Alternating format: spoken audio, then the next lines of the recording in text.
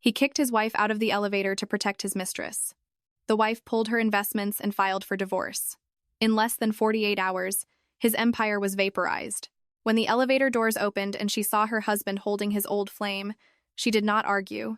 She merely slapped the woman. He immediately kicked her, sending her crashing onto the marble floor, and rushed to shield his mistress. But that kick was the catalyst for a hurricane.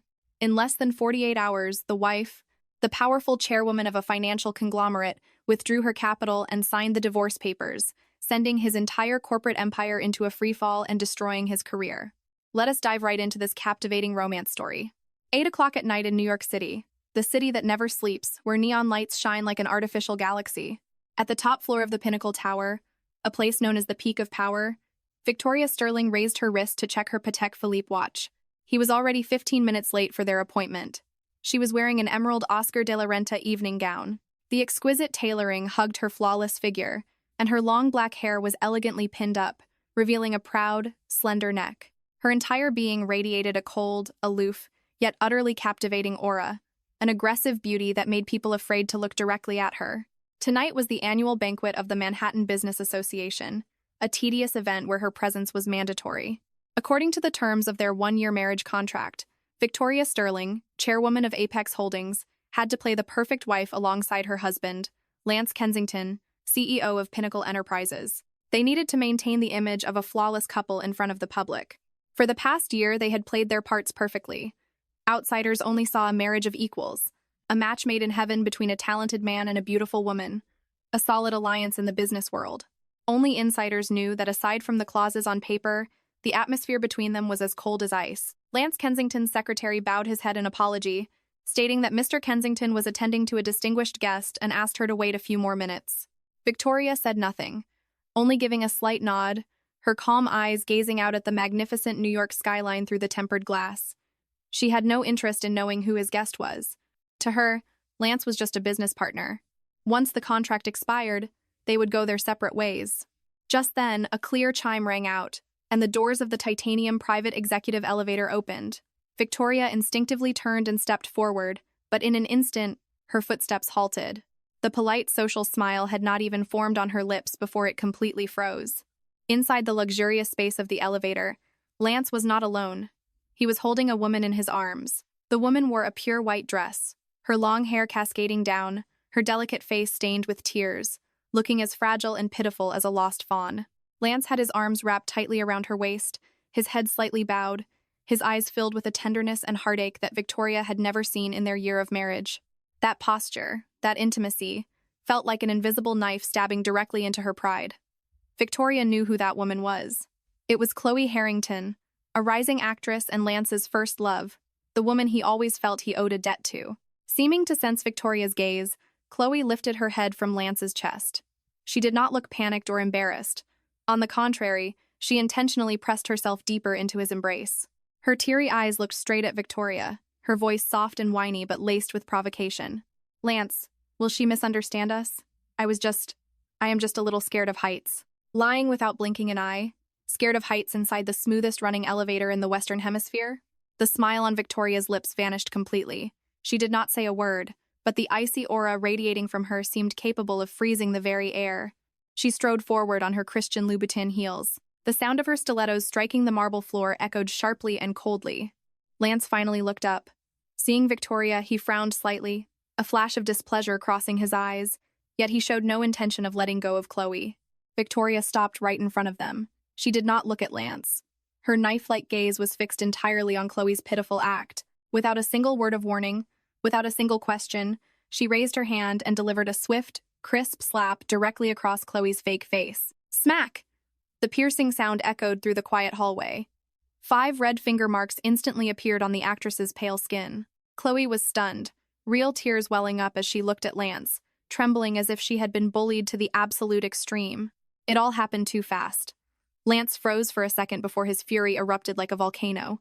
He shoved Chloe behind his back to protect her, his bloodshot eyes glaring at Victoria, roaring like an enraged beast. "Victoria, are you crazy?" Victoria smirked, her eyes full of disdain. Before she could even speak, a violent surge of pain hit her. Without a moment of hesitation, without a second of thought, Lance kicked out, using the toe of his expensive leather shoe to deliver a devastating blow to her lower abdomen. The immense force knocked Victoria completely off balance. She felt her internal organs flip. A bone-piercing pain spread through her body. She fell backward, her back slamming hard against the cold granite floor, her head striking the ground with a heavy thud. The world spun before her eyes, her ears rang, and through the physiological tears caused by the pain, she saw Lance, her legal husband, not even bothering to spare her a single glance. He frantically turned around, pulling Chloe into his arms, his voice filled with anxiety and heartache. "Chloe, are you okay? Does it hurt? Let me see." He gently lifted Chloe's swollen face, blowing softly on the red mark as if she were a priceless treasure that had been damaged. Only then did he turn his head. The look he gave Victoria, who was curled up on the floor, was no longer just simple anger. It was extreme indignation, resentment, and profound disgust, as if she were a piece of filthy trash. In that moment, Victoria's heart completely died. How could physical pain ever compare to this cruel humiliation? The contract, the public image, it was all a joke. The game had to end here. Waves of piercing pain radiated from her lower abdomen and the back of her head, but Victoria did not let out a single groan. She gritted her teeth, using her elbows to push against the freezing floor, and slowly sat up.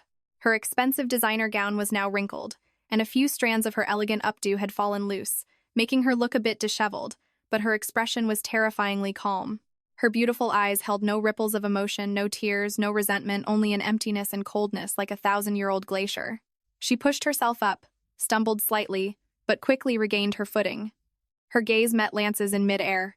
His eyes were still filled with rage, while hers held nothing but absolute detachment and finality. She did not speak. No questions. No curses. She merely raised her hand, lightly brushing imaginary dust off her dress, and fixed her slightly messy hair. Every movement was slow and graceful, as if she was not the one who had just been violently kicked to the ground.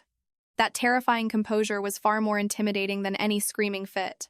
She glanced at Chloe, who was hiding in Lance's embrace, and the corners of her lips curled into a faint, mocking smile. Then, she turned around. The sound of her heels hitting the marble floor echoed with a steady, decisive rhythm. Her proud, straight back retreated without a single moment of hesitation, without ever looking back. Lance stared blankly at her retreating figure. He had thought she would cry, that she would throw a hysterical fit like other women. But no, she just left in silence, leaving behind a suffocating atmosphere and an indescribable sense of unease creeping into his heart. "Lance," Chloe's trembling voice brought him back to reality. "Did I cause trouble? She is so angry, will she?" Lance frowned, cutting her off. "It is fine. She was out of line first. Do not overthink it." He said that, but his eyes never left the empty hallway where Victoria had disappeared. He had not yet realized that her silence was not weakness. It was the calm before a catastrophic storm. As soon as she stepped into her Bentley and the heavy door slammed shut, separating her from the outside world, Victoria finally lowered her eyelashes, her breathing becoming heavy. She placed a hand over her stomach. The pain was still throbbing, but what hurt more was her completely deadened heart. She allowed herself no more than 5 seconds of weakness. Immediately, she pulled out her phone. Her first call was not to a best friend to cry, nor to her family for comfort. She called her most trusted executive assistant, her voice as cold and sharp as a blade. Harper. Summon the chief legal officer, the chief financial officer, and all project directors collaborating with Pinnacle Enterprises. Emergency meeting at Apex Tower in 30 minutes. No one is allowed to be absent. On the other end, Harper was stunned but immediately replied, "Yes, Madam Chairwoman." 30 minutes later, inside the highest-level boardroom of Apex Holdings, the tension was as tight as a bowstring. Nearly 20 directors, the brightest minds of the conglomerate, were present. Everyone looked anxious and bewildered by the sudden midnight summons. The boardroom doors opened. Victoria walked in. Her face was slightly pale, but her eyes burned with a cold fire. She was still wearing her evening gown, but the aura she projected was that of a queen preparing for war. She sat at the head of the table, her gaze sweeping across the room, her voice devoid of emotion as she cut straight to the chase. "I called you all here tonight to announce a decision. Effective this very minute, Apex Holdings will officially terminate all partnerships with Pinnacle Enterprises." That single sentence sent shockwaves through the room. People looked at each other, unable to believe their ears. The CFO, a man who had followed her for years, cautiously spoke up. "Chairwoman, this is too sudden. Withdrawing capital right now will cause massive losses for both sides, especially since the Nexus City project is in a critical phase." Victoria raised a hand to cut him off. I can absorb the losses, but I will not tolerate the risks. She stood up, walking over to the large screen, her voice ironclad and persuasive. The current leadership of Pinnacle is making irrational decisions, driven by personal emotions and impulsive behavior. A partner like that is no longer trustworthy. Continuing to pour money into them is no different from throwing cash out the window. The safety of Apex's capital must come first. The reasoning she provided was flawlessly logical from a business standpoint. No one could argue against it. She looked straight into the eyes of every person in the room and issued her final command, her tone allowing no room for objection. Withdraw all capital from every joint project with Pinnacle. Immediately, the legal department will draft termination notices. The finance department will calculate damages and prepare liquidity. The public relations team will prepare for crisis management. By tomorrow morning, I want to see everything executed. Faced with her overwhelming presence and unshakable resolve, everyone replied in unison, "Understood, Chairwoman." The meeting adjourned past midnight. Everyone left with heavy yet urgent steps. Victoria was left alone in the massive office. The lights from the surrounding skyscrapers cast a glow on her beautiful but icy face. The pain in her abdomen throbbed, serving as a reminder of the humiliation she had just endured. She opened her desk drawer and took out a crisp piece of paper and a Mont Blanc fountain pen. Under the desk lamp, she meticulously wrote the words at the top of the page, "Petition for divorce." She did not need a lawyer to draft it. She wrote every sentence and every clause clearly and logically. At the signature line, her pen paused for a fraction of a second before she decisively signed her name, Victoria Sterling. The sharp, forceful strokes of her signature were like a sword severing the final tie between her and Lance Kensington. Tonight, New York City would face a hurricane, and she was the one creating it. The sun had not even risen when the Wall Street financial markets experienced a magnitude 8 earthquake. The news that Apex Holdings, a giant in technology and investment, abruptly announced the termination of all partnerships and the withdrawal of all funds from joint ventures with Pinnacle Enterprises spread with the speed of a wildfire. This news was like a nuclear bomb detonating in a quiet market, leaving countless investors in shock. Apex and Pinnacle, two mighty empires, one controlling core technology and massive capital, the other a titan of real estate and construction. Their union had been hailed as the perfect corporate marriage, generating mega projects capable of reshaping the entire city. Now, this sudden collapse was not just the end of an alliance, but an open declaration of war, signaling a brutal conflict. As soon as the morning trading session opened, Pinnacle's stock was bathed in a disastrous sea of red. Sell orders piled up like mountains. In less than an hour, tens of billions of dollars in market capitalization evaporated. The phone lines in Lance Kensington's office rang incessantly. From major shareholders to partners to the media, everyone was frantically demanding an explanation. Lance sat in his CEO office, his face as dark as a storm cloud. Last night, after taking Chloe home, he did not return to their shared penthouse, but stayed at the company. He still assumed Victoria was just throwing a childish tantrum. He never thought she would go this far, daring to wager the future of both conglomerates just to vent her anger. In his eyes, no matter how much of a powerhouse Victoria was, she was still a woman, and a woman only needed a little coaxing to calm down. Thinking this, he ignored the ringing phones, found Victoria's number, and called her with a tone that still carried his usual arrogance and command. "Victoria, are you done throwing your fit? You are blowing things out of proportion. Do you know the consequences of your actions? Stop throwing a tantrum and come home right now." The other end was silent for a few seconds. Lance thought she was scared and was about to add a few more condescending remarks when a voice as cold as ice replied. It was not Victoria, but her assistant, Harper. "Mr. Kensington, our chairwoman is currently in a meeting and cannot take your call. If you have any issues, please contact our legal representation." With that, Harper hung up, giving him no chance to say another word. Lance was so furious he slammed his phone onto his desk. Contact her lawyers? Who did she think she was? Right then, his phone buzzed with a notification. A text message from Victoria's number. Frustrated, he opened it. There was no text, just a photo. A close-up photo of the divorce petition, featuring Victoria's sharp, resolute signature at the bottom. For a moment, Lance felt his heart skip a beat. This was not a tantrum. This was real. She truly wanted a divorce, wanted to cut all ties. An unprecedented sense of dread began to creep in, invading his mind. Pinnacle's projects, especially the mega development known as the Nexus City project, relied entirely on the technology and operating systems provided by Apex. Without Apex, it was just an empty shell, a useless pile of concrete and steel. He began to feel genuine panic.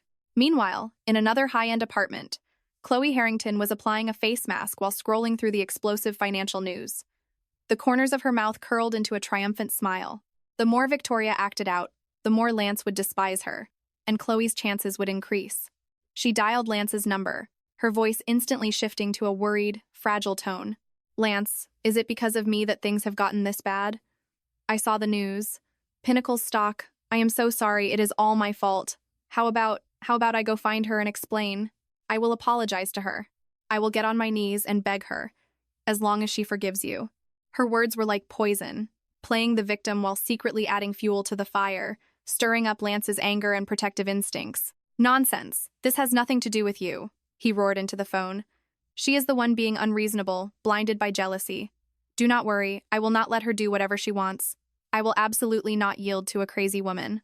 He had no idea that in this war, he had already lost the right to speak of yielding the very moment he delivered that ruthless kick. The storm was only just beginning, and it would sweep away everything he owned. After just one night, the tremors from Apex escalated into a financial tsunami drowning Pinnacle. By day 2, the situation worsened exponentially. Apex's sudden withdrawal paralyzed Pinnacle's projects and triggered a domino effect. Banks began tightening credit lines, and suppliers demanded immediate payments. Other partners started wavering, looking for an exit strategy. The reputation Pinnacle had built over years was collapsing at a terrifying speed. Only then did Lance truly feel the fear. Victoria was not just his wife.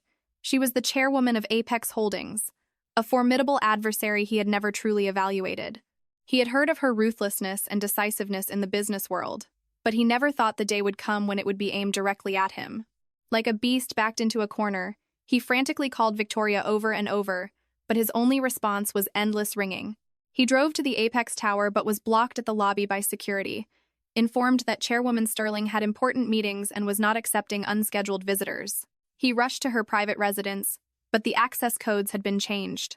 For the first time in his life, Lance Kensington, a man who always stood at the pinnacle, felt utter helplessness and despair. He realized that without Victoria, without Apex, the Pinnacle empire he was so proud of was as fragile as a castle made of sand. Finally, in the afternoon, when he had almost given up, Victoria's assistant, Harper, called back. "Mr. Kensington, our chairwoman has agreed to meet you." Lance grabbed it like a lifeline, hastily asking, "Where?" "I will be there immediately." Tomorrow morning at 9 o'clock at the private arbitration firm in Manhattan, Harper's voice was completely devoid of emotion. "Please bring all your identification documents. Our chairwoman does not like to wait." Arbitration firm. Those words struck Lance's head like a heavy hammer. He was stunned. She was not joking. She truly wanted to end everything. The next morning, Lance arrived at the law office very early. He had not slept all night. His eyes were bloodshot, his stubble unshaven, and his expensive suit looked wrinkled. He looked haggard and resentful, completely stripped of his usual arrogance. At exactly 9 o'clock, a sleek black Maybach pulled up to the entrance. The car door opened, and Victoria stepped out, wearing a simple yet elegant cream-colored silk dress, her makeup light but flawless. Her face showed no signs of fatigue, her cold, noble aura resembling an ice goddess, a stark contrast to Lance's pathetic state. This contrast felt like an invisible slap to his face. She walked forward, not even sparing him a glance, heading straight inside. Lance hurriedly chased after her, grabbing her arm. "Victoria, we need to talk." Victoria stopped, coldly shaking his hand off. "Let go." "I will not let go," Lance practically yelled. His helplessness made him lose all reason. He tried to lower his voice, showing a submission he had never displayed to anyone. "Victoria, I was wrong. I was out of line that night. Punish me however you want. Pull your investments, fine, but do not divorce me, please. Let us start over." Hearing these words, Victoria finally turned to look straight at him. But there was no wavering in her eyes, only the utmost mockery. She chuckled, a faint smile as sharp as a blade. "Talk? Mr. Kensington, do you think there is anything left to talk about between us? Or do you want to talk about that kick you gave me the other night? Or how you protected your old flame?" She stepped closer, leaning near his ear, her voice a whisper, but every word felt like 1,000 needles piercing his heart. "Do you know what disgusted me the most, Lance? It was not that kick. It was your blindness and your stupidity. Now, do you think we have anything left to discuss other than signing these papers?" She pointed toward the arbitration room where the lawyers were waiting. Every word Lance had prepared was blocked in his throat. He looked into her resolute, unshakable eyes, and he knew that everything was truly over. The divorce proceedings went surprisingly fast. When the mediator stamped the final decree, sealing their divorce, Lance's heart felt as if it had been frozen solid by that very stamp. 2 days. Just 2 days after that brutal kick, their marriage officially became history. Victoria, without a word of goodbye, turned and walked away.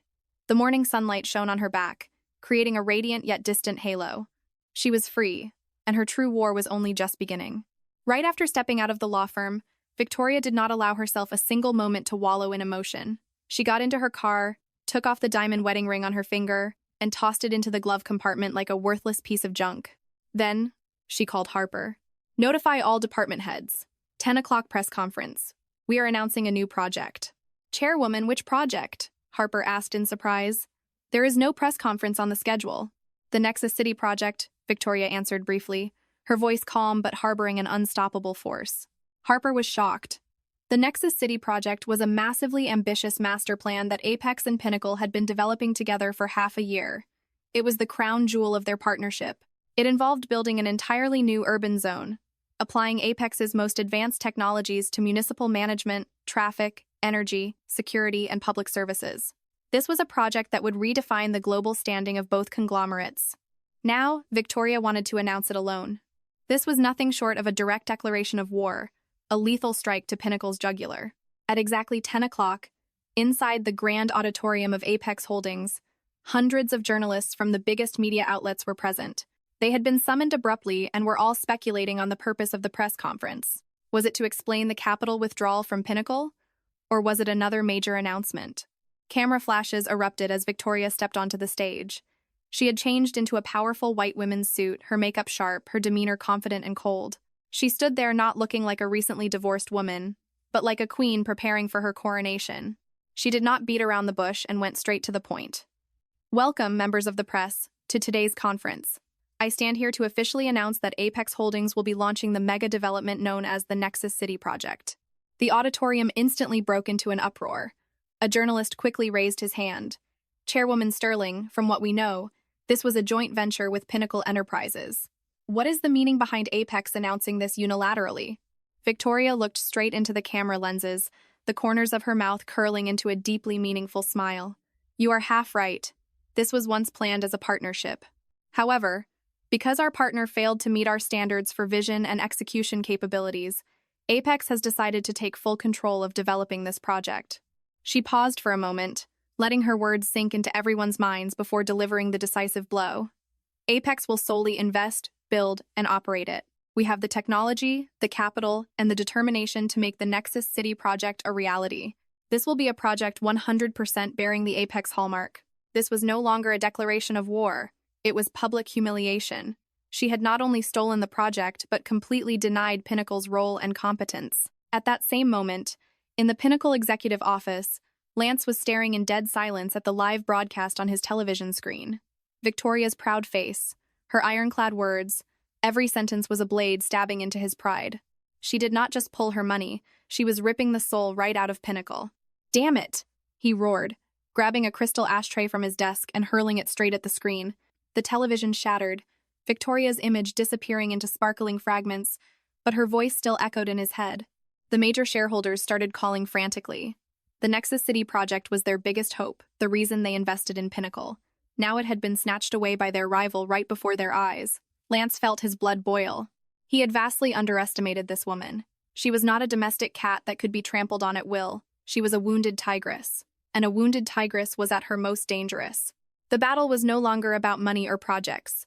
It had become a war of honor, and he had to reclaim what he had lost at all costs. The shockwaves from Apex's press conference rapidly morphed into an existential crisis for Pinnacle. Losing the Nexus City project meant Pinnacle not only lost a massive source of future revenue, but also lost its strategic direction. Lance was like a general stripped of his battle maps right before a major war. In his anger and panic, he immediately convened an emergency board meeting, desperately trying to reassure the boiling board of directors and shareholders. Victoria is too arrogant. Does she really think Apex can build a city all by itself? Without Pinnacle's construction foundation and real estate management experience, that project is just a pipe dream. He slammed the table, trying to rouse their fighting spirit. We will find new partners. There are plenty of major tech firms out there eager to work with Pinnacle. True to his word, Lance immediately threw himself into the search for reinforcements. He swallowed his pride and personally contacted potential partners, from major domestic tech giants to foreign investment funds. His goal was clear: Find a new partner strong enough to face Apex and regain the initiative. His first target was Horizon Tech, a longtime competitor of Apex. He figured the enemy of his enemy was his friend. Horizon surely would not pass up the chance to partner with Pinnacle and strike a blow against Apex. He arranged a meeting with the CEO of Horizon, preparing an incredibly lucrative partnership proposal, ready to concede significant profits. Yet, right before the scheduled meeting, Horizon abruptly called to cancel. The reason given was incredibly vague.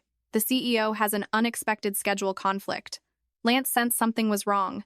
He used his connections to dig deeper and was left speechless by the truth. A week ago, right after deciding to pull her investments, Victoria had personally flown to Horizon's headquarters. No one knew what she said to their CEO, but right after that meeting, Apex and Horizon had signed a strategic partnership in an entirely different sector, just enough to bind them as temporary allies. Victoria had been a whole week ahead of him. She did not just block his path, she turned his potential enemy into her friend. Undeterred, Lance shifted his focus to his second target, a massive sovereign wealth fund from Singapore known for aggressive acquisitions. He believed that with the potential of Pinnacle's real estate assets, this fund would undoubtedly be interested. But once again, he was one step too late. When his lawyers sent the proposal email, they received a polite but cold reply. The investment fund stated they had already met with the chairwoman of Apex and were convinced that investing in the New York real estate market at this time was too risky, especially with the key partner backing out. The email accidentally attached a detailed risk analysis report on Pinnacle.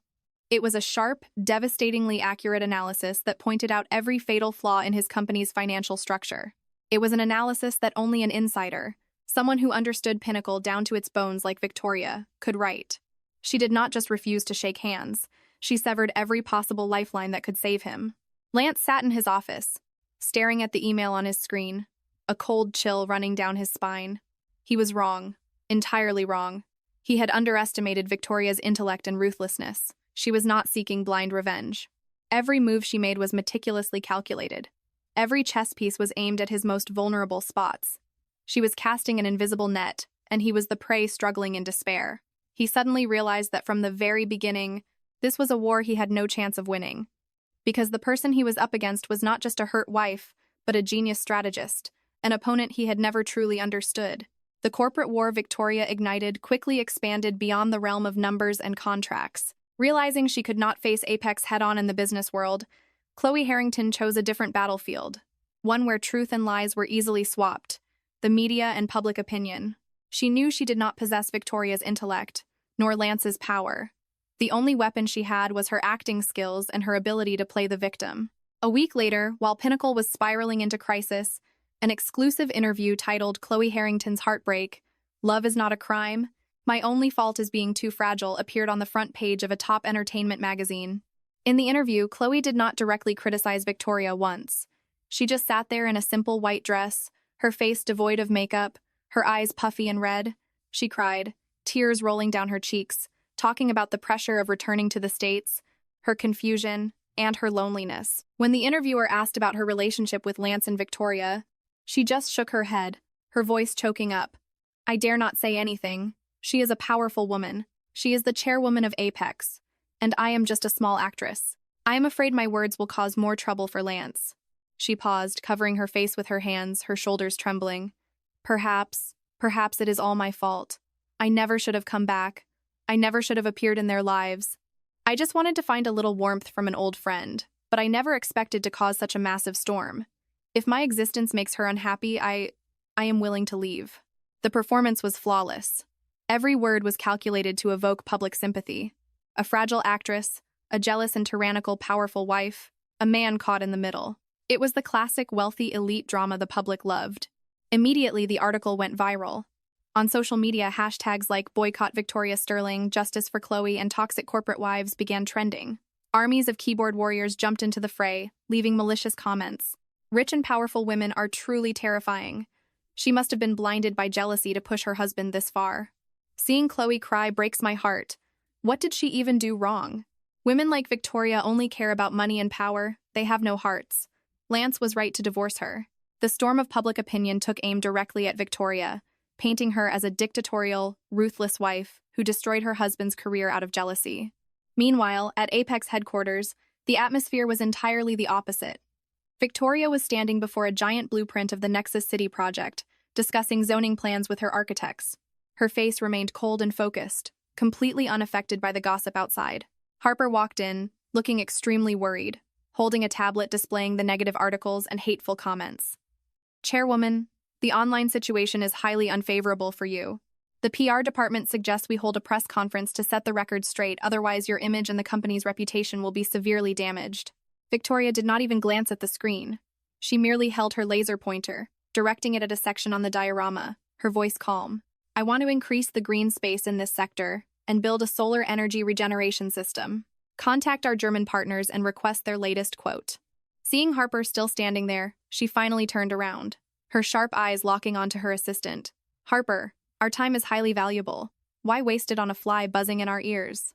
Our job is to build a city, not to put out rumors. She turned back to the diorama, her voice echoing through the boardroom, clear and authoritative. We will use our results to answer them. When our Nexus City stands tall, all those cheap smears will automatically become a joke. Now, get back to work. Her words acted like a tranquilizer, instantly extinguishing all anxiety and panic. The team threw themselves back into work with burning passion. They knew their queen did not care about dirty tricks, because she was too busy building her own empire. Lance Kensington was backed into a corner. With every passing day, Pinnacle's situation grew worse. Calls refusing partnerships, emails from banks demanding repayment, questioning glares from the board of directors. All of it felt like nooses slowly tightening around his neck. He felt like a king helplessly watching his kingdom crumble without being able to do a thing. His arrogance and confidence had been crushed by cruel reality. In that state of absolute despair and exhaustion, he sought out Chloe Harrington. Perhaps it was the only place he could still find a shred of comfort. He arrived at her apartment late one afternoon. Chloe opened the door, her eyes red, her face looking haggard. She was holding her phone, the screen showing the vicious curses and death threats from internet trolls following her interview. Upon seeing Lance, she threw herself into his arms, sobbing like a bullied child. Lance, I am so scared. They are cursing at me, threatening to throw acid on me. What did I do wrong? I only told the truth. Maybe I should quit acting. I will leave New York. Leave the country so I do not affect you anymore. Her hot tears soaked through his dress shirt, touching his chest. Her fragility and pitiful state in this moment struck his weakest point, his guilt. He looked at the trembling Chloe in his arms, and his mind suddenly flashed back to a pouring rainstorm many years ago. It was the night of his birthday. He and Chloe, then a young couple, had just had a massive argument. He stormed off, crossing the street without looking. A truck lost control, hurtling toward him like a monster. The headlights blinded him, leaving him frozen in place. Right when he thought he was going to die, a small figure rushed forward, using all her strength to push him onto the sidewalk. A horrifying crash echoed. The person lying in a pool of blood under the cold rain was Chloe. At the hospital, the doctor told him her right leg had suffered complex fractures. Even with surgery, there would be permanent damage. Her dream of becoming a prima ballerina, a dream she had pursued since childhood, was shattered that very night. He still vividly remembered the image of her lying on the hospital bed, tears streaming down her face, her voice weak but full of despair. Lance, my leg. I can never dance again. And he had held her hand, making a promise that would later become a shackle binding his life. Chloe, do not worry. I will make it up to you. I will take responsibility for you for the rest of my life. Returning to reality, Lance held Chloe tighter. The despair of the present and the remorse of the past blended together, twisting into a blind stubbornness. He convinced himself that Pinnacle's crisis, the criticism Chloe was enduring, was all his fault, the consequence of his mistaken marriage to Victoria. He had to make amends. He had to repay this debt of gratitude. He gently wiped her tears, his eyes turning terrifyingly resolute. Chloe, rest assured, I will not let you suffer. He looked into her tear-filled eyes, his voice deepening, carrying a cruelty he did not even realize himself. Whatever Victoria took from you, I will take back for you. I will make her pay 100, 1,000 times over. This decision, made in a haze of despair and guilt, officially pushed Lance deeper down the wrong path. He chose to protect a debt from the past instead of facing the truth of the present, and the price for this choice would be steeper than he could ever imagine. While Lance was drowning in guilt and blindly plotting revenge, at the top floor of the Apex Tower, another war was being fought in silence. A war of numbers and mouse clicks. Pinnacle's stock continued its disastrous plunge. Under Victoria's relentless assault and the market's complete loss of faith, It had become a toxic asset everyone wanted to dump as quickly as possible. Retail investors panicked, selling off to cut their losses. Even some investment funds and institutional shareholders, losing their patience, began quietly divesting.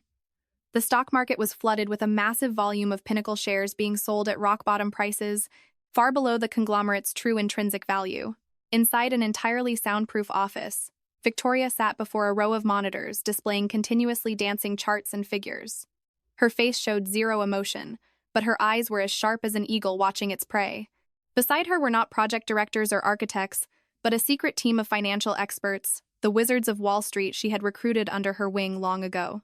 This was the elite army she reserved only for her most critical battles. She looked at the chart showing Pinnacle's stock hitting rock bottom, and the corners of her lips curled into an icy smile. The time was ripe. She turned to the team leader, a middle-aged man named Vance, and issued a short, clear command. Begin the acquisition. Vance nodded, asking no questions. He understood his mission perfectly. Use all the satellite accounts prepared in advance. Break down the buy orders. Do not let any sudden spike in trading volume draw attention. Route everything through at least 3 shell companies in Delaware and the Cayman Islands. I do not want anyone to be able to trace the money, Victoria continued, her voice calm but commanding. Our target is 20% of their shares, at any cost. A stealthy and highly sophisticated corporate takeover was immediately set into motion. Like a school of piranhas smelling blood, Victoria's army began quietly nibbling up the Pinnacle shares being dumped on the market. They did not buy in massive chunks. They split them into thousands of smaller buy orders of varying volumes, executed by dozens of different brokerages through a complex web of offshore accounts. Everything happened so discreetly that no one on the market realized a shark was silently hoarding the supply. They only saw a small but steady demand keeping the stock from going into absolute freefall, mistakenly assuming it was retail investors trying to catch the bottom. This was an incredibly risky financial gamble. If their actions were discovered, it would be deemed market manipulation and could result in severe legal consequences. But Victoria had calculated everything. She had built a fortress of legal and financial firewalls around this operation. While Lance was frantically trying to save his crumbling empire from the outside, trying to patch the holes on a sinking ship, Victoria was quietly drilling new holes from the inside. She did not just want to defeat him. She did not just want to destroy him. She was preparing to swallow whatever was left of Pinnacle whole. Her revenge was not just punishment. It was a ruthless, cold-blooded corporate takeover. Lance's efforts to find new partners continually hit dead ends. The net Victoria had cast was too tight. She had blocked every path that could bring life back to Pinnacle. His helplessness and resentment piled up, pushing him to the brink of irrationality. He craved a victory, no matter how small, to prove to Victoria and the world that he had not fallen. And Chloe Harrington brought him that exact opportunity. One evening, she visited Lance at his office, holding a movie script. Her face no longer looked fragile, but shone with enthusiasm and passion. Lance, look at this. She placed the script on the desk. This is a tragic romance, a very heavy, demanding role. I believe that if I can perform this well, I can win an award. My reputation will be restored, and people will no longer look at me as the other woman. She grabbed his hand, her eyes sparkling with hope. More importantly, if Pinnacle invests in this movie, it will be a massive PR boost. People will see that the conglomerate is still strong, even expanding into the entertainment industry. This is the best way to hit back at the rumors and regain public trust. It was a lunatic idea. Pinnacle was a real estate and construction firm with zero experience in the highly volatile film industry. The company was in a severe financial crisis, its cash flow completely dried up. Every dollar was as precious as gold. Throwing a massive sum of money into a risky movie project was nothing short of corporate suicide. Any sane leader would have tossed the idea out immediately. But Lance was no longer sane. He looked at Chloe's expectant face, and the promise "I will make it up to you" echoed in his mind. He saw this not as a business venture, but as a chance to repay his debt, to help Chloe reclaim the spotlight she had lost because of him. He wanted to see her shine on the silver screen. He wanted to use her success to slap Victoria in the face. His emotional blindness and thirst for revenge completely overpowered the logic of a businessman. "All right," he answered without a second of hesitation. "Pinnacle will fund this movie. You will be the female lead." Despite fierce opposition from the board of directors and the CFO, Lance used his power as the majority shareholder and CEO to forcefully push the decision through. He ordered a massive withdrawal from Pinnacle's final emergency reserve funds. Money that was supposed to pay employee salaries and maintain the company's bare minimum operations was instead poured into this extravagant movie project. The news that Pinnacle, a real estate giant on the verge of bankruptcy, was funding a movie for a scandalous actress quickly leaked. The entire Wall Street financial sector was dumbfounded. This was no longer a business mistake. This was a farce. This move was viewed as the official declaration of insanity from Pinnacle's leadership. It was the final straw, the last nail in the coffin burying the conglomerate's reputation. At Apex headquarters, Victoria was leading a meeting regarding the progress of Nexus City. She did not look surprised, nor did she display any gloating on her face. She merely listened to Harper's report quietly, and the corners of her mouth curled into a chilling, calculated smile. The fish had swam right into the net on its own. She turned to the chief legal officer, Attorney Gallagher, who was sitting in the boardroom. Her voice was calm but unimaginably cold. Evidence of Lance Kensington's breach of fiduciary duty, embezzlement of company assets for personal gain, and causing severe harm to shareholder interests. Start gathering it and build the case file. She paused, her eyes flashing sharply. I want a flawless, undeniable dossier. It is time for the curtain to fall on this play. Lance's insane move to dump money into a movie was not just a business blunder. It was a godsend that Victoria could not refuse. It was the very sword he had sharpened and handed to her, and she would use it to finish him off. Right after the news was confirmed, Apex's legal department received a top-secret, direct order from the chairwoman's office. The order left Attorney Gallagher, a seasoned lawyer in his 50s, stunned. He had never seen Victoria, who always played by the rules and valued stability, issue such a devastating demand. I want a complete dossier. Victoria's voice came through the internal line, as cold as ice, lacking any unnecessary emotion. Regarding the fact that Pinnacle's CEO, Lance Kensington, abused his power, embezzled company assets for personal use, and severely damaged the interests of the shareholders. The veteran lawyer swallowed hard, feeling an invisible pressure. Chairwoman, gathering internal evidence from another conglomerate is extremely difficult and carries significant legal risks. I did not ask you about the difficulties. Victoria cut him off, her voice hardening. I am giving you an assignment. I need everything. The minutes from Pinnacle's board meetings regarding this investment, especially the records showing opposition from other board members, the detailed money trail from Pinnacle's accounts to the production company, the investment contract, which must clearly highlight the relationship between the lead actress, Chloe Harrington, and the investor, Lance Kensington. Anything that proves this was a personal, non-profitable decision with a massive conflict of interest. She stopped for a second before continuing, her voice like a sharpened blade. And I need it on my desk in 1 week. Cost is not an issue. 1 week. An almost impossible mission. But faced with Victoria's unyielding determination, the old lawyer could only bow his head and obey. Understood, chairwoman. An invisible and incredibly expensive net was immediately cast. Victoria spared no expense, hiring top-tier financial forensic investigators and seasoned corporate spies. They moved like ghosts, slipping into the cracks of Pinnacle, a company currently in chaos and filled with disgruntled employees willing to sell out their superiors for a bit of profit. Information began flowing into her office like streams. On day 2, she received copies of the board meeting minutes. Exactly as she predicted, the CFO and 2 independent directors had fiercely opposed the investment, warning of bankruptcy risks, but they were overruled by Lance's executive power. On day 4, the detailed money trail was on her desk. A massive sum had been wired without going through the standard financial vetting process. It was a severe violation of corporate governance. On day 6, the final investment contract was smuggled out. It contained outrageously favorable clauses for the production company and the lead actress Chloe. It did not look like a business contract. It looked like a clumsily wrapped luxury gift. Victoria sat in her office at midnight, flipping through the documents. Every number, every signature was a bullet she was loading into her gun.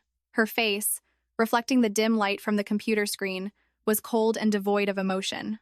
Lance probably still thought this was just a war over money and projects.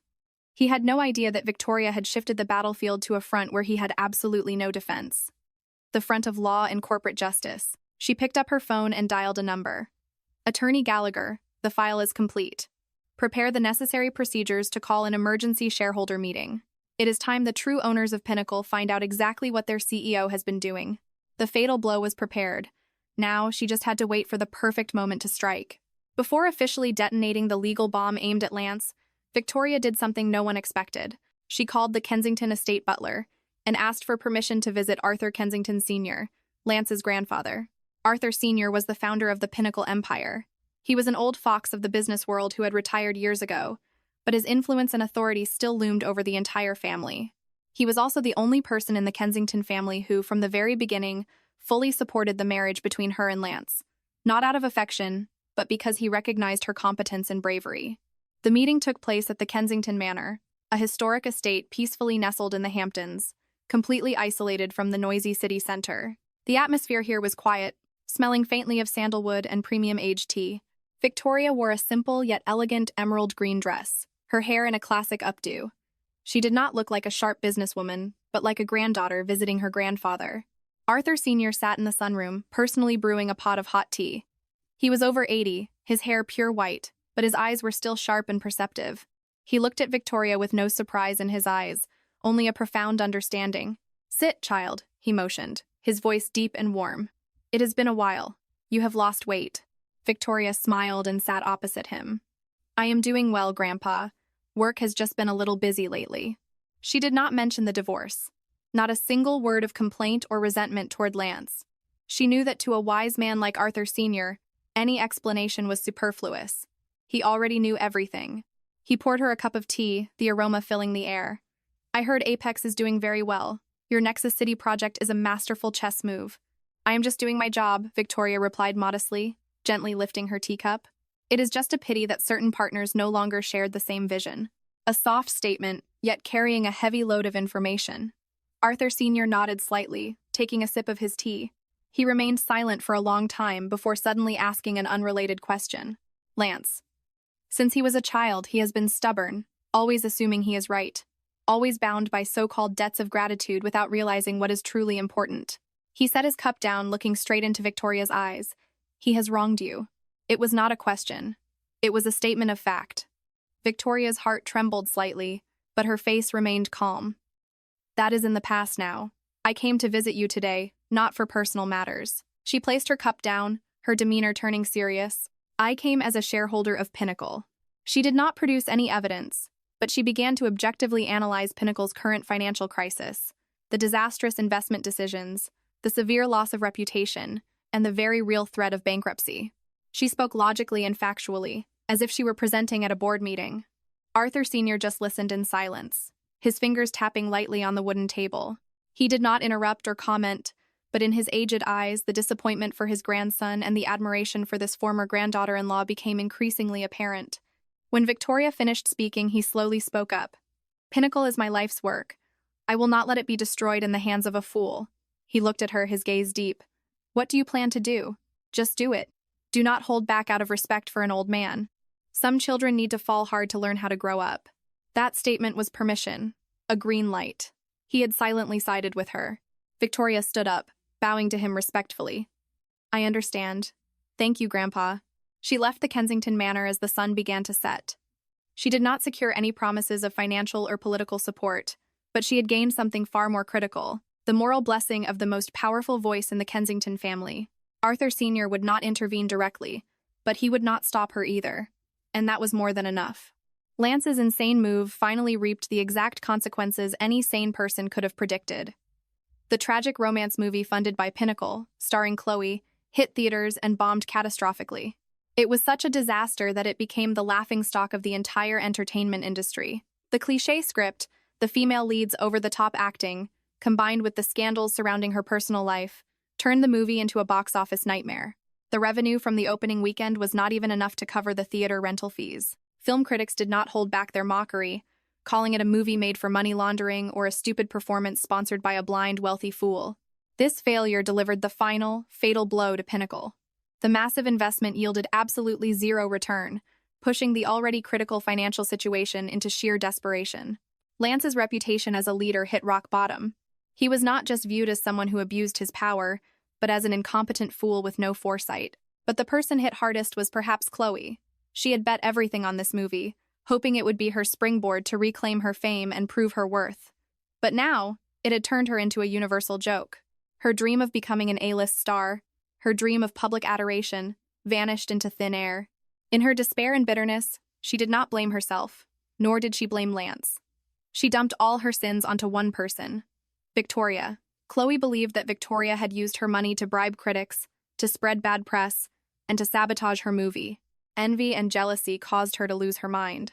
She stormed into Apex headquarters unannounced, throwing a fit at the reception desk, demanding to see Victoria. Finally, Victoria agreed to meet her in a reception room. As soon as Victoria walked in, Chloe lunged at her like a wounded animal. The mask of a weak, pitiful girl was completely ripped off, leaving only madness and spite. "Victoria, you did this, did you not?" she screamed, her eyes bloodshot.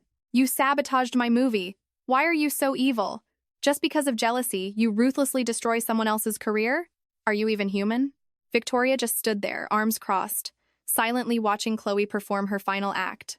Her eyes were calm, even a bit bored, as if watching a terrible play. "Are you done speaking?" Victoria waited for Chloe to pant for breath before coldly speaking. "If you are done, it is my turn." She did not raise her voice, but every word she spoke made Chloe shiver. "First, your movie failed because it was absolute garbage. Your acting is a joke. Do not blame others for your own incompetence. Second, I do not have the time to sabotage such a piece of trash. Your career is not worth a single cent in my eyes. Third." Victoria stepped closer, her knife-like gaze drilling into Chloe. "Do you think you are a victim? Do you think you are pitiful?"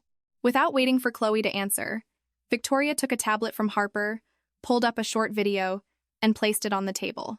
On the screen was footage of Chloe from a few years ago at a New York nightclub. She was wearing a skimpy dress, dancing wildly on the floor, chugging straight from a liquor bottle. Then the scene cut to her sitting in a convertible sports car, laughing flirtatiously with a strange man, her tone full of bragging. "That idiot Lance, I just have to act a little pitiful and he buys it completely. That debt from back then, I am going to make him pay it back with interest." The video was very short, but enough to completely strip away Chloe's true colors. Her face instantly turned as white as a sheet, her lips trembling, unable to speak a word. She stared at the screen, then looked at Victoria in pure horror. Where did you get this?" Victoria just sneered, a smile cold to the bone. "Chloe, your play ends here. Now get the hell out of here before I lose what little patience I have left." All of Chloe's strength seemed drained. She stumbled backward, falling onto the floor. The madness was gone, leaving only absolute terror. She knew she had lost, and she had lost miserably. The confrontation with Chloe was just a minor prelude. The real battle, the main event, had its time and place set. The emergency shareholder meeting of Pinnacle Enterprises, exactly 3 days from now. The demand to call an emergency meeting, initiated by a group of shareholders led by Apex, had been legally approved. Lance could not refuse. He was forced to face the judgment of the true owners of the conglomerate. During those short 3 days, the atmosphere at Apex was tense but highly orderly. Victoria turned her office into a war room. She and her core team, the legal, finance, and PR departments, worked almost without sleep. They were not preparing for an overthrow. They were preparing for a takeover. On the long conference table, the evidence file against Lance was bound into a thick, flawless binder, leaving no loopholes. It had everything. From financial reports detailing the losses, to meeting minutes showing his dictatorship, to legal analyses of his abuse of power. It was an undeniable indictment. But Victoria knew that merely presenting evidence to take down Lance was not enough. The shareholders were old foxes. They did not care about personal grudges. They only cared about profit. If she only destroyed without rebuilding, they would not side with her.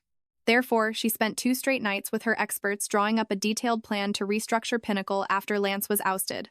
"We will not attack him personally." Victoria stood before the whiteboard, outlining the strategy to her team. "We will attack his flawed decisions. We will prove to the shareholders that under the current leadership, Pinnacle only has one way to go, and that is down." She pointed to a complex chart.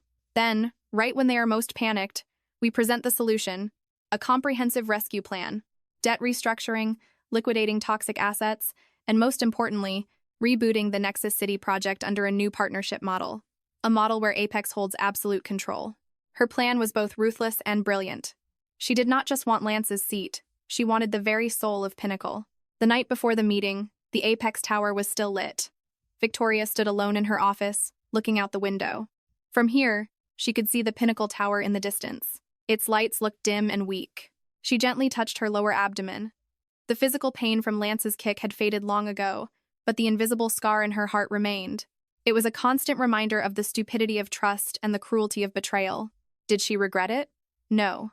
From the moment he delivered that kick, any affection, no matter how small, had completely died, leaving only cold calculation and iron resolve. Lance had started this war with his own hands, and she would be the one to end it. She looked at her reflection in the window glass. A beautiful, powerful woman, but with eyes deep and cold. The final battle was about to begin, and she was ready. The night before the shareholder meeting, the entire city of New York seemed to hold its breath. The atmosphere was heavy and suffocating, like a massive storm was about to hit. At the Pinnacle Tower, the lights in the CEO's office were still blazing, even though it was past midnight. Lance stood by the window, holding a glass of hard liquor, his brooding eyes staring at the rushing traffic below. He had not been home for days. Anxiety, resentment, and a creeping sense of despair had eroded his usual arrogant demeanor, leaving behind a haggard, exhausted face. He knew tomorrow would be a life-or-death battle. The shareholder faction led by Victoria was incredibly well prepared. They wanted to strip him of his power. He had spent the entire day with his legal team preparing defense strategies, trying to find loopholes in the opposition's arguments, trying to sway the remaining neutral shareholders. But the more he prepared, the more anxious he felt. Victoria was too smart, too decisive. She never struck unless she was absolutely sure of victory. He still could not fathom why she could be so ruthless. Just because of a kick, a slap, she was willing to destroy everything. Destroy the empire he had built, destroy a marriage that he thought, at least in terms of mutual benefit, was perfect. He failed to realize that to Victoria, it was not just a kick. It was a humiliation, a trampling of her pride and the very last shred of trust she had for their marriage. In a moment of weakness, he picked up his phone and dialed her number. His finger hovered over the call button, hesitating. He did not want to call out of regret or to beg for her affection. He wanted to call to test the waters, to find a weakness, to regain control of the situation. He still arrogantly assumed that if he just humbled himself a little, she would soften. But when he pressed call, the other end only gave a cold dial tone before switching to busy. She did not even give him the chance to speak. This absolute rejection was like a bucket of ice water dumped on Lance's face, extinguishing his final illusion. The moment of weakness vanished, replaced by anger and competitiveness. Fine, Victoria.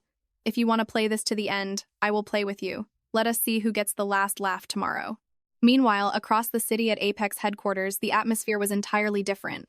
There was no chaos or tension, only terrifying focus and efficiency. Victoria sat at the head of the strategy room, surrounded by her elite team. Her face remained cold and calm, without a single ripple of emotion. She was reviewing the detailed plan for tomorrow one last time, checking every number, every argument, every contingency. Everything had to be perfect. "Is the PR department ready?" She looked up and asked. "Yes, Chairwoman. All press releases and in-depth analytical articles are drafted. As soon as the results from the meeting are out, they will be simultaneously released across all major media channels. Legal Department.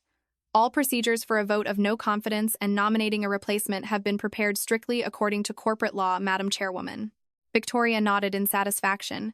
She looked out the window, her gaze directed toward the distant Pinnacle Tower. She did not possess the gloating of a soon-to-be victor, nor the hesitation of someone about to make a ruthless decision.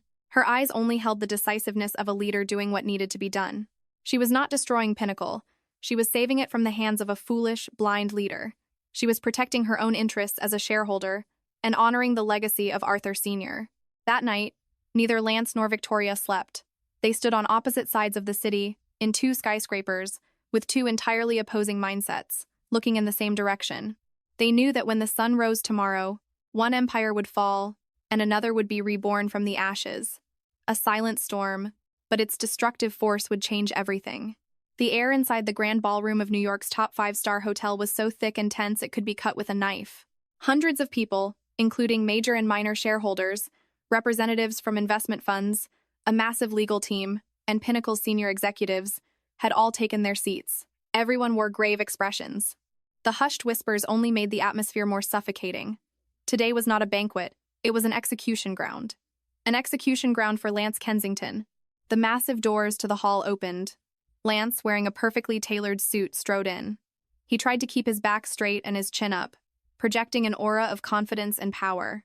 But the dark circles under his eyes and his tightly pressed lips betrayed that effort. The exhaustion and stress could not be entirely hidden. He walked toward the podium. With every step, he could feel hundreds of eyes piercing into him, curious, suspicious, and outright hostile. The emergency shareholder meeting officially commenced. After the dry administrative procedures, Lance stepped up to the microphone. This was his last chance to save himself.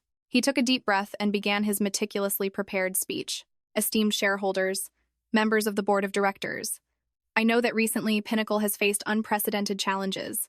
Our stock has plummeted, our projects are stalled, and our reputation has been impacted. He paused, looking across the hall. But I ask you, what is the root cause? Is it due to poor management on our part? Or is it because we are facing unfair competition, a targeted attack meant to bring Pinnacle down? He purposefully avoided mentioning Apex by name, but everyone understood his implication. He was trying to play the victim, attempting to incite sympathy and unity against a common enemy. Then, he began defending his decision to invest in the movie, the decision considered his most insane move. He did not admit it was a mistake. Instead, he painted it as a bold strategic pivot. Ladies and gentlemen, many believe that Pinnacle investing in the entertainment industry was a risky move, but I consider it strategic foresight. It was a bold transition, an effort to diversify our revenue streams so that Pinnacle is not just a real estate firm, but a multi-industry empire. He spoke with passion, trying to convince the old foxes below that he was a visionary leader, not a man blinded by a woman. And the inspiration for this step came from an incredibly talented and determined artist, Miss Chloe Harrington. Her dedication to art showed me the limitless potential of this market. His speech might have had some effect if delivered at a different time, but now, it only made him look ridiculous and detached from reality. The shareholders listened in silence, their eyes growing colder by the second. They needed profits, not empty platitudes. Just as Lance was rambling on about his strategic vision, the doors to the hall opened once again. The entire room turned to look. Victoria Sterling walked in. She was wearing a burgundy women's suit, a color of power and deep provocation. Her face was ice-cold, devoid of expression. She did not walk in alone.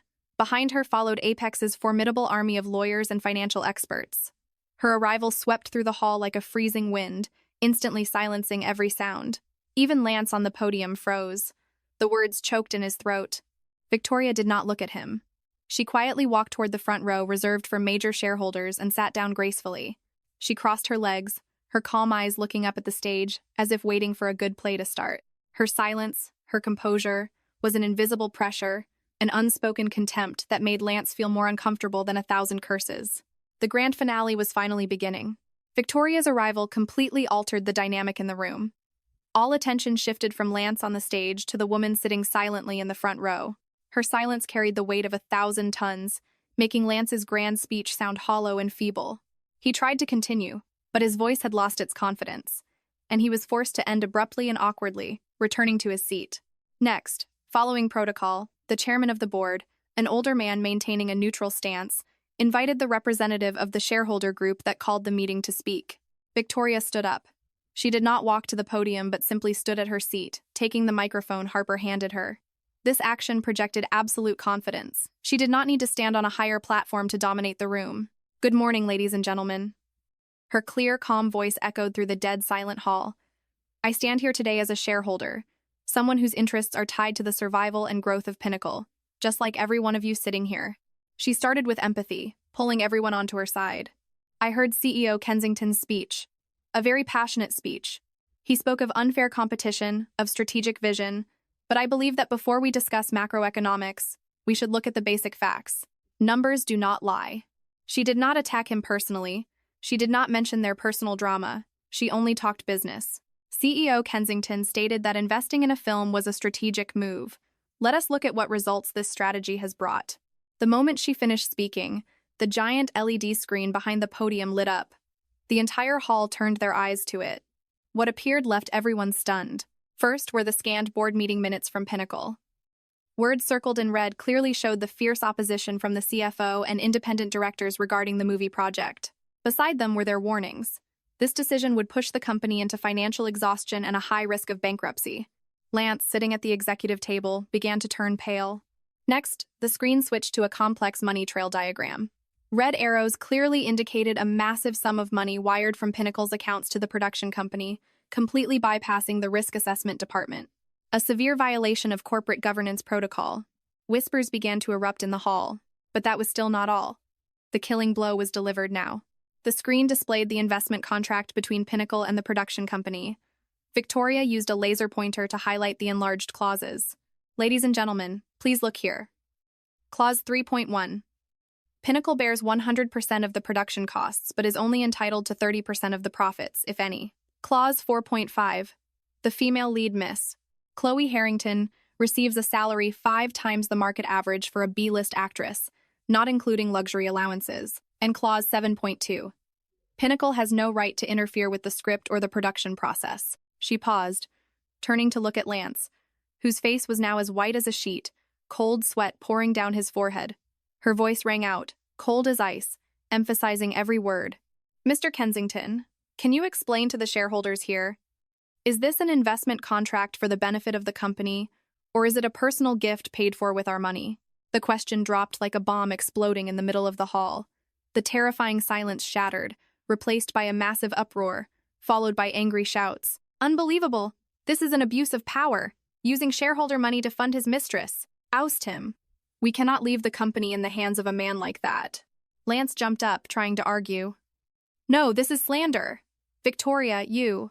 But his voice was completely drowned out by the sea of fury from the shareholders. All excuses were meaningless against the undeniable evidence displayed on the giant screen.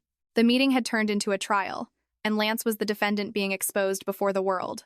The hall fell into an unprecedented state of chaos.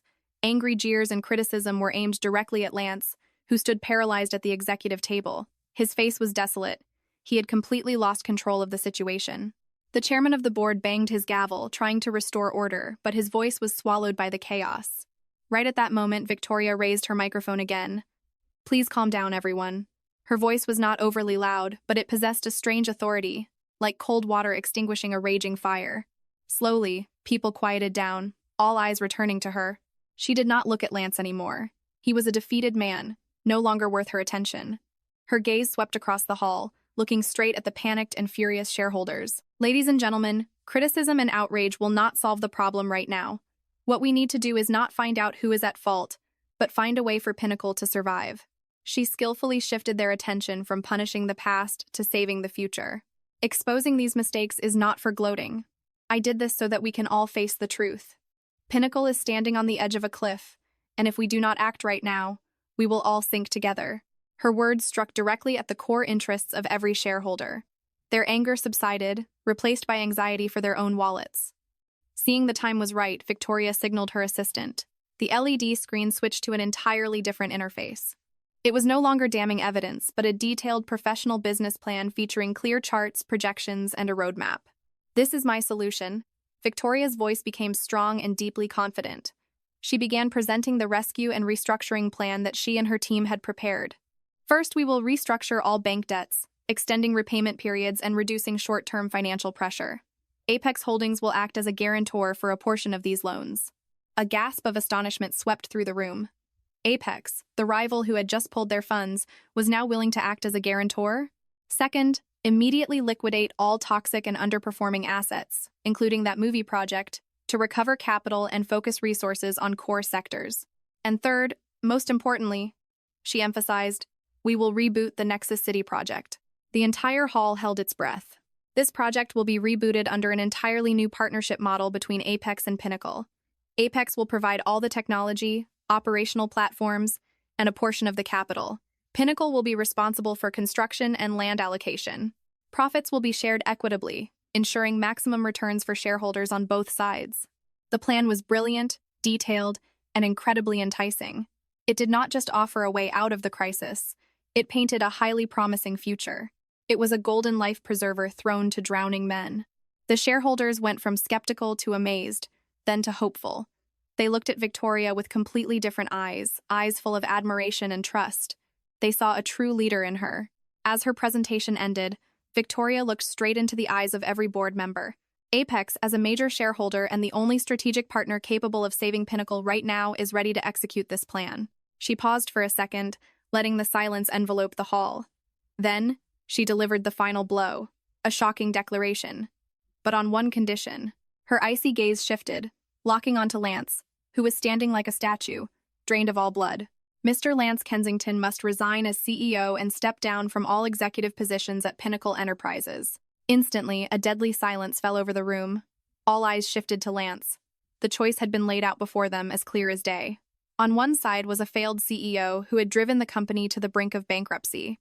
On the other side was a perfect rescue plan, the only chance of survival, guaranteed by their rival, Apex. Lance was backed into a dead end.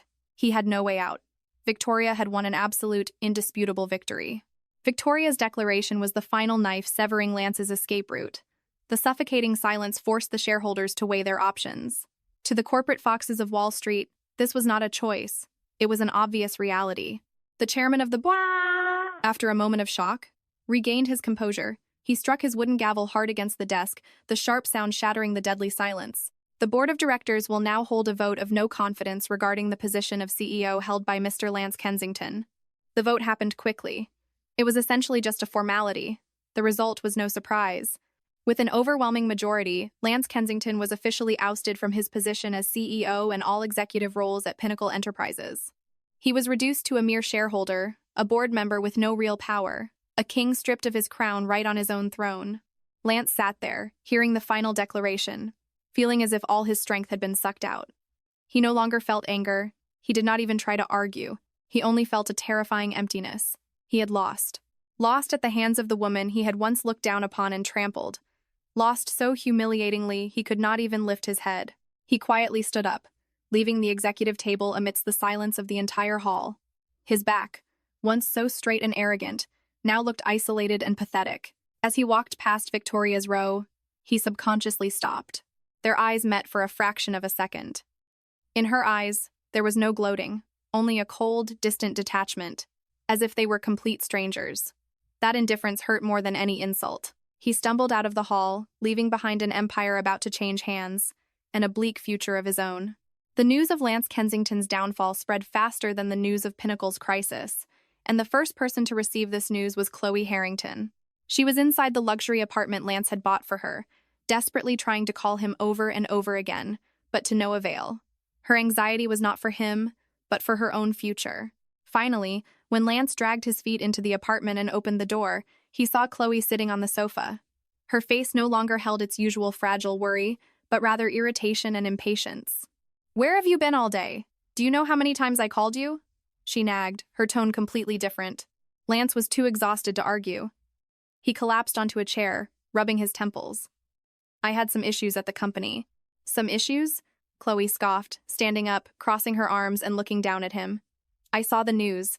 You got kicked out of Pinnacle, didn't you? Lance, you are truly useless. I thought you were a capable man who could protect me, who could give me everything. Who knew you would let a woman defeat you so miserably?" Lance shot his head up, looking at her in shock. Was this the fragile, gentle Chloe he had always wanted to protect? "What did you just say?" "I said you are useless," Chloe screamed, no longer holding back. Her true colors were fully exposed. "Look at yourself. What do you have left? No power, no money, just a total failure. Did you think I would stay with a loser like you? Keep dreaming." She walked over to the closet, pulled out a designer suitcase, and started frantically throwing clothes and bags inside. "I have wasted too much time on you. Lance, we are done. This apartment, your car, the credit cards, I am keeping them as compensation for my wasted youth. Now get the hell out of here." Lance sat frozen in his chair, staring at the woman he had defied everyone to protect, the woman for whom he had kicked his own wife. Now, she was revealing the face of a shameless gold digger. The brutal truth hit him like a thunderbolt, waking him from his delusion. He did not feel angry. He only felt it was laughable. Laughable for his own utter blindness. He stood up, did not say a single word, turned around, and walked out of the apartment. As the door closed behind him, he heard Chloe calling someone on her phone, her tone sweet and flirtatious once again.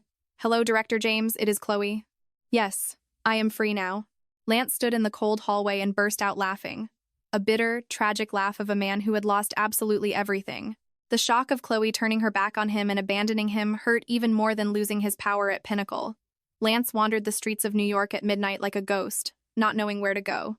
The penthouse he shared with Victoria, he had no face to return to. Chloe's apartment now belonged to someone else. He had truly become homeless. He slumped onto a bench in Central Park, his mind completely blank. Everything had happened too fast, too cruelly. He had lost it all. His career, his honor, and the woman he thought he owed his life to. But why? Why did Chloe turn on him so fast? If she truly had sacrificed her future and her dreams to save him, why would she discard him so easily when he fell? Was that love and sacrifice really that cheap? A tiny sliver of doubt, like a speck of dust, appeared for the first time in Lance's chaotic mind. Before this, He had never doubted the story of the accident. He was too consumed by guilt and responsibility to analyze it. But now, having lost everything, having seen her true face, he had to rethink it all. That doubt was like a seed. Once planted, it quickly took root, urging him to uncover the truth. The next day, Lance, with dark circles under his eyes and a haggard appearance, sought out the most renowned private investigator in the city. He no longer had corporate power, but his personal wealth and connections remained. "I want you to reinvestigate a traffic accident." He placed a thick check on the table. "It happened 7 years ago. In Boston. The victim was Chloe Harrington. I want to know everything. Do not miss a single detail." The investigator looked at the check, then at the man before him, and gave a professional nod. "Within a week, sir, you will have your answers." That week felt like a century for Lance. He rented a cheap motel room, living in seclusion, seeing no one. Every day, he just sat and waited, his mind spinning with theories. Finally, the day arrived. The investigator handed him a thick file. "Mr. Kensington, this is everything we found." Lance's hands trembled as he opened the file. The first page was the police report from that year. The accident was concluded as a hit-and-run caused by a sleepy truck driver. But the investigator had circled a detail in red. The truck was later found, but the driver had vanished without a trace. The next page contained Chloe's medical records. Her right leg was indeed fractured, but it was a simple break, not complex as she had always claimed. The attending physician had clearly noted, "Prognosis excellent. With physical therapy, full recovery and return to normal activities expected within 6 months. No major impact on motor functions." No major impact on motor functions? Then what about the shattered dream of becoming a dancer? Lance felt his heart pounding heavily. He flipped to the next page. It contained information about the truck driver. After days of tracking, the investigator found him living in a remote rural town. Initially, he refused to speak, but after seeing a large sum of money, he confessed everything. Attached to his confession was a bank statement. 7 years ago, a day before the accident, a massive sum was wired into the driver's account from an anonymous source. Digging deeper, the investigator traced the anonymous account back to Chloe Harrington's mother. Everything was crystal clear. The accident was not a coincidence. It was a meticulously orchestrated play. Chloe had paid the driver to stage a near-fatal crash, to turn herself into his savior, and to chain him down with an unpaid debt of gratitude forever. Her injury was real, but she had exaggerated it 1,000 times over, using it as a weapon to manipulate him for 7 years. Lance sat paralyzed. His hands gripping the file shook violently. Each piece of paper felt like it weighed 1,000 tons, crushing his chest. The truth was like a lightning bolt, obliterating the world he had always believed in.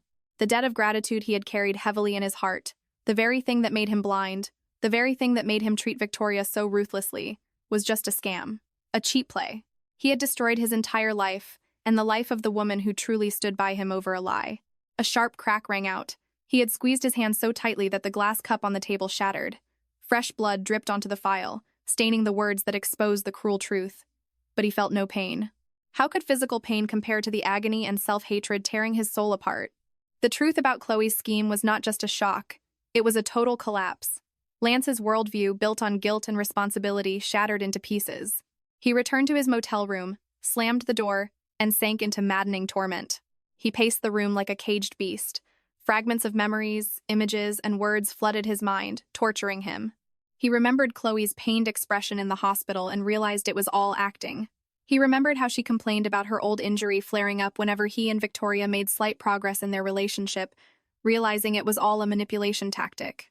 He remembered promising, "I will take responsibility for you," and felt like the biggest clown in the world. But the image that caused him the most agony and regret was Victoria.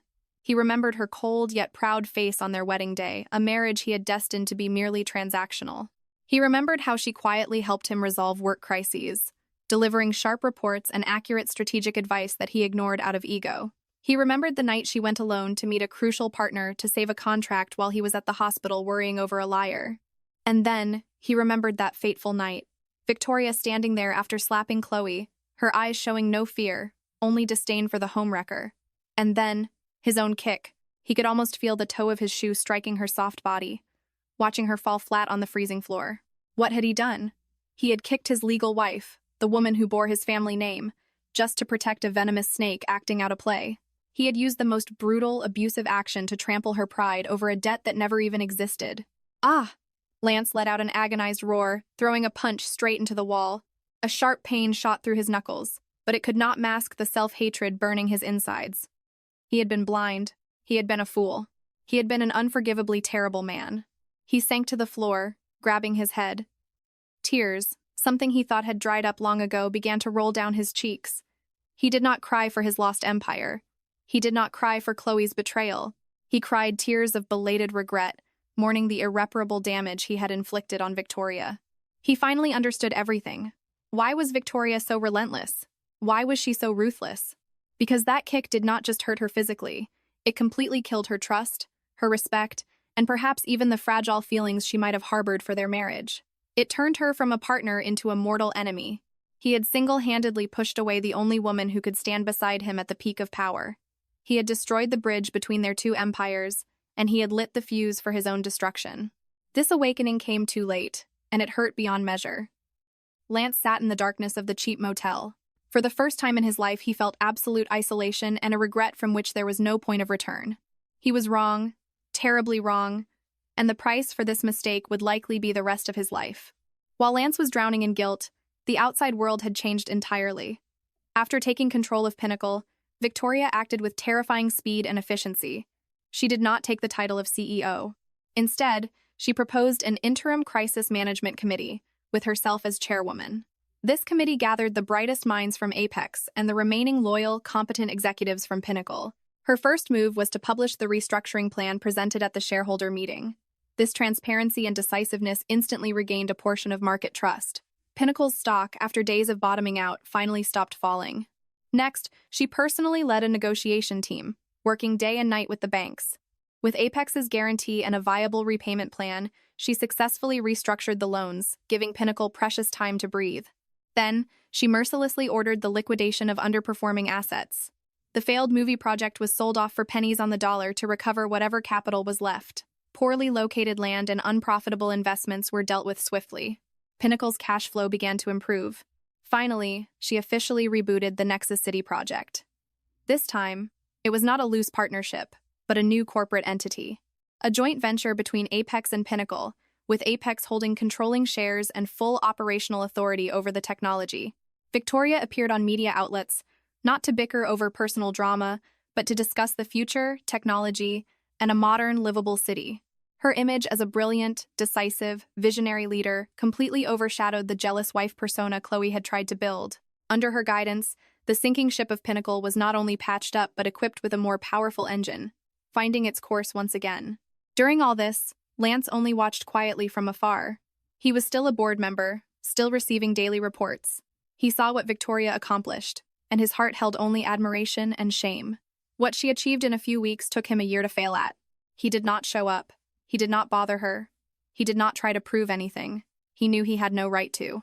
But he did not just sit idle. When he found out the Nexus City project hit a snag with zoning permits due to a notoriously strict local official, someone Lance used to have a good relationship with quietly pulled some strings. He did not show his face, just made a phone call to a mutual friend, asking them to put in a good word. A few days later, the permits were smoothly approved. Victoria assumed it was due to her legal team's professionalism. She had no idea someone was secretly helping behind the scenes.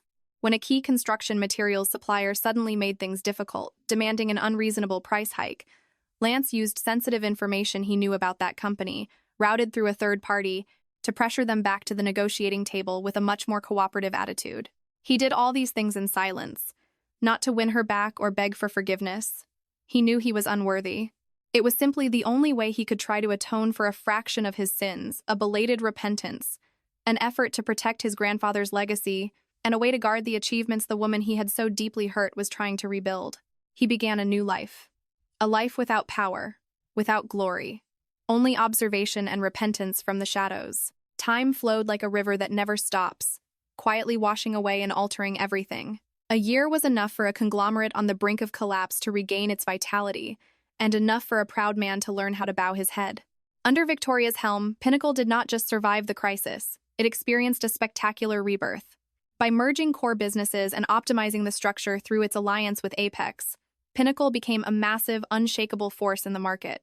The Nexus City project completed Phase 1, becoming a new landmark for New York, a testament to the vision and capability of the woman in charge. Victoria Sterling. That name was now associated not just with power and money, but with profound respect and admiration. During that year, Lance practically vanished from the public eye. He was no longer the arrogant CEO, nor the center of rumors. He quietly maintained his role as a non-executive board member, attending meetings, reading reports, and watching the woman he once trampled step by step rebuild and expand the empire he nearly destroyed. That silence was not submission. It was a painful shedding of skin. Every one of her successes, every word of praise directed at her, was a reminder of his own stupidity and cruelty. He spent a whole year reflecting, agonizing. The anger faded, the competitiveness vanished, leaving only a profound regret deeply embedded in every cell. He changed. His arrogance was gone, replaced by a calm, mature demeanor. He no longer wore flashy suits, no longer appeared at extravagant venues. He spent his time reading, traveling to remote areas, and learning to live a quiet life. This change was not for anyone to see but for himself. Finally, on an early autumn day, when the first leaves began to fall, he felt it was time to face her. Not to hold on, not to beg, but to offer an apology. An apology he owed her for a whole year. He did not call directly. He knew she would not answer.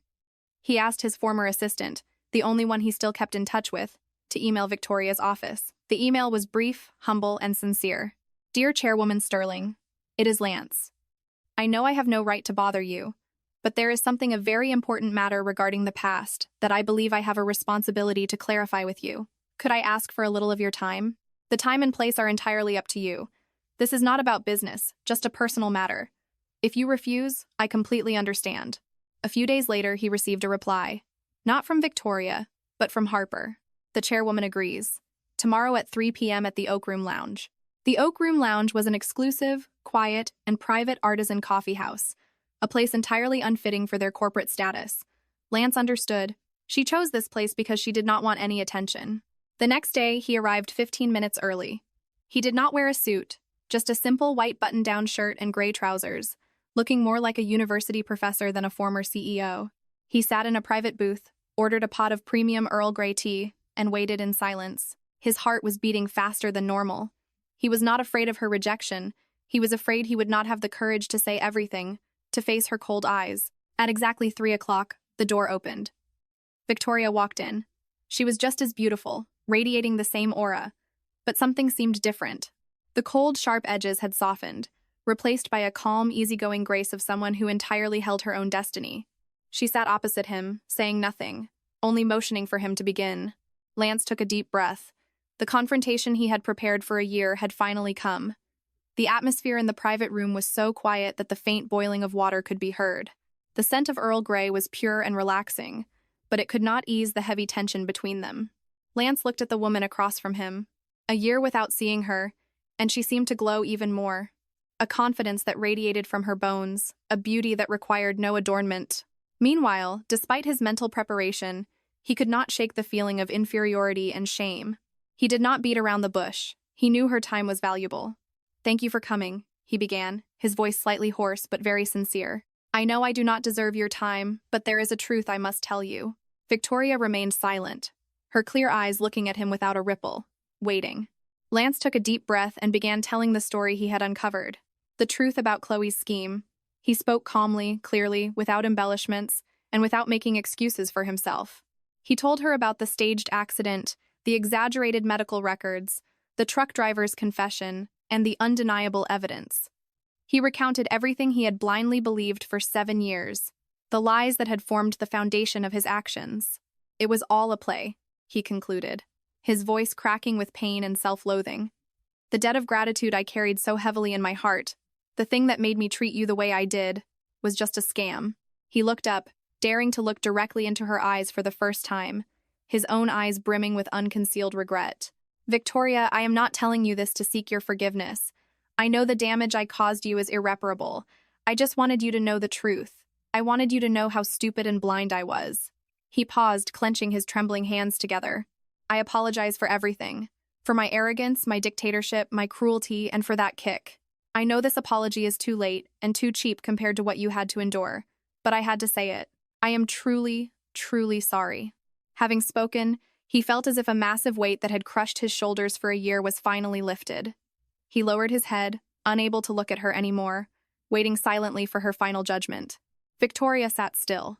She had listened to the entire story without interrupting, her face unchanged, as if listening to the story of a complete stranger. A long moment passed before she slowly spoke. Her voice was calm, clear as autumn water, devoid of gloating or pity. "Thank you for letting me know. Just a simple sentence." She poured herself a cup of tea, her movements elegant and unhurried. "That truth is indeed quite interesting. It proves that my assessment of her was entirely correct." She took a sip and set the cup down. Her gaze finally met his, a transparent look, holding no resentment, but also no warmth. "But Lance, do you know? This truth no longer matters to me." Lance looked up, staring at her in confusion. "It does not matter," she repeated, her voice steady. "Because whether Chloe deceived you or not, whether that debt of gratitude was real or fake, your actions were real. That kick was real." She lightly raised her hand, subconsciously touching her lower abdomen, even though the physical pain was long gone. "Do you know? In that moment, what died was not love, because there was none between us to begin with. What died was not respect, because you never truly respected me. What died was the very possibility of our relationship existing in any form. That kick killed everything. It turned me from a partner, a wife in name, into an enemy. And once we are enemies, there is no turning back." She stood up, her emerald dress swaying gently. "I know your truth now. I have heard your apology. Our story truly ends here. From now on, we are just strangers passing through each other's lives." Without a moment of hesitation, she turned and walked out of the tea room, leaving Lance alone with a pot of tea that had gone cold, and a despair even colder than the tea. Her rejection was not harsh, but it was more absolute than any curse, because she had entirely erased him from her life. Victoria's rejection, though cold and absolute, did not break Lance. Conversely, it acted as a release. He finally understood that there was no way back, no way to make amends. What he needed to do was not beg for forgiveness, but stand up from the ashes he had created himself. He could not win back her love, but he could win back respect not from her but from himself. A week after the meeting at the cafe, Lance made a second shocking decision. Following his disastrous movie investment, he now announced he was selling all of his remaining shares in Pinnacle and resigning from the board of directors entirely. This move meant he was officially severing all ties with the empire his family had built, renouncing his status as the corporate prince, and becoming an ordinary citizen. Many thought he had completely broken down, accepting defeat. But only Arthur Sr., upon hearing the news, gave a slight nod, a glimmer of hope in his eyes. That boy finally learned how to let go in order to start over. With the massive capital acquired from selling his shares, Lance did not choose a life of leisure. He dove into an entirely new sector, one full of risks but massive potential, a sector Victoria's apex had not yet stepped into: artificial intelligence in healthcare. He founded a small startup named Genesis. The name carried all his hopes and determination. He was no longer a CEO sitting in a luxury office barking orders at thousands of employees. He became a true founder. He personally sought out talent, flying to Silicon Valley and top universities, using his sincerity and vision to persuade the brightest minds to join his company. He and his team stayed awake for countless nights in the lab, studying algorithms, analyzing data, and facing numerous failures and challenges. No more lavish banquets, no more luxury trips. His life now consisted only of work, instant ramen, and heated debates over tech. This transformation left everyone who knew the old Lance Kensington astounded. The arrogant, dictatorial man was gone, replaced by a humble, eager-to-learn leader, a man willing to roll up his sleeves and work alongside his employees, listening to every opinion. Victoria, of course, knew what Lance was doing. She made no comment and paid it no mind. To her, he belonged in the past. Her world now was Apex, Nexus City, and global expansion plans. But she could not deny that Lance was a business genius. Once he shed the burden of ego and toxic relationships, his true talent finally surfaced. His company, Genesis, after 2 difficult initial years, achieved a massive breakthrough. They successfully developed an AI system capable of early cancer detection through medical imaging with an accuracy rate of 98%. This product instantly shocked the global medical community. Genesis went from an unknown startup to a highly sought-after tech unicorn by major investment funds.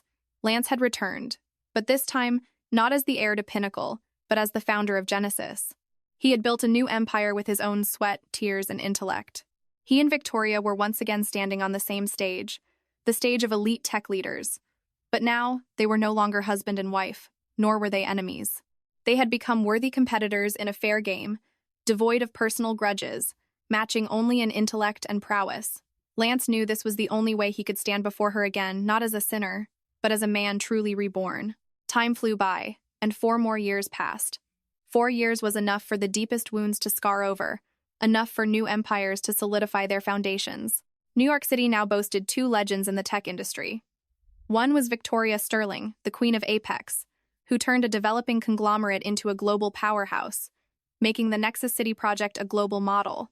The other was Lance Kensington, founder of Genesis, who built an AI medical unicorn from scratch, bringing hope to millions of patients. They were the 2 brightest stars in the business sky, yet they were parallel lines that would never intersect. They occasionally bumped into each other at high-level economic forums, summits, or charity galas. During those times, they would simply nod in greeting from afar, a polite, professional nod of respect between rivals. No awkwardness, no resentment, only the peace of those who had weathered the storm and found their own paths. Lance remained single. He was surrounded by beautiful, talented women, but he politely declined them all. Perhaps his heart belonged entirely to his career, or perhaps the shadow of a certain woman had become a permanent scar, a constant reminder of the mistakes of his youth. He had grown into a calm, profound, and deeply charismatic man, an ideal figure in the eyes of many, but only he knew there was a void in his heart that could never be filled. That night, at the city's annual charity gala gathering the absolute elite, Lance saw Victoria again. She was standing in a corner of the ballroom, next to a sparkling crystal fountain. She was not wearing her power suits, but a flowing ivory evening gown, her hair cascading softly over her shoulders. She did not look like a queen, but like an ethereal fairy, gentle and graceful. And she was smiling. It was not a polite social smile nor a mocking sneer. It was a genuine smile, a radiant, sparkling smile coming from the bottom of her heart. That smile illuminated her traditionally cold face, as warm as the morning sun. Lance froze, the wine glass in his hand nearly slipping. He had known her for so many years, had been her husband, but this was the first time he had ever seen her smile like that. Beside her was a man. He was not breathtakingly handsome, nor did he possess a dominant alpha aura. He was an elegant, gentle man, perhaps an architect or a university professor. He was holding a shawl, gently draping it over her shoulders to shield her from the air conditioning. He did not say much, only leaning close to whisper something in her ear, and Victoria laughed again. That happy smile felt like an invisible dagger piercing straight into Lance's heart. He suddenly understood. All these years of effort, of hard work, of building a legendary career, it was not to win her back, but to have the right to stand before her. He had hoped that one day, when he became a better man, she might look back at him. But he was wrong. Her future, her happiness, had no place for him and had not for a very long time. That man might not have power or wealth like him, but he could give her the one thing Lance never could, peace and a smile that required no defense. Lance stood in the distance, watching the woman he had lost finding happiness with someone else. A feeling of ultimate pain and regret swelled in his chest, but strangely, mixed within that pain was an odd sense of peace. He had finally accepted it.